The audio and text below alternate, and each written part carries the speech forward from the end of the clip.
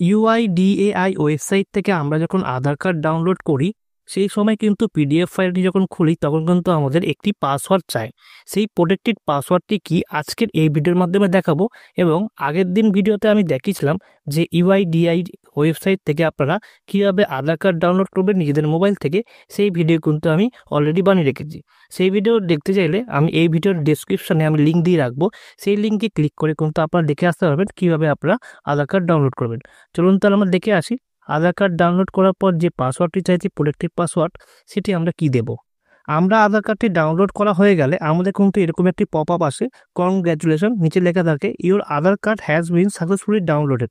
আমাদের কিন্তু আধার কার্ডটি ডাউনলোড হয়ে গেছে এবং এই আধার কার্ডটি খোলার জন্য আমাদের এই ডান সাইডে আমরা 3 ডট দেখতে পারবো এবং ডান সাইডে 3 ডটে আমরা ক্লিক করব। ক্লিক করলে কিন্তু আপনারা দেখতে পারবেন নিচের দিকে নামবে ডাউনলোড অপশন, এই ডাউনলোডের অপশনে আমরা ক্লিক করব।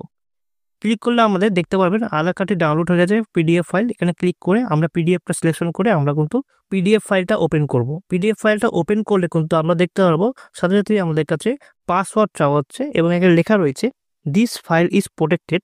এই পাসওয়ার্ডটি হলো আপনার যে নাম আছে সেই নামের 4টে অক্ষর কিন্তু ক্যাপিটালে আপনারা লিখবেন।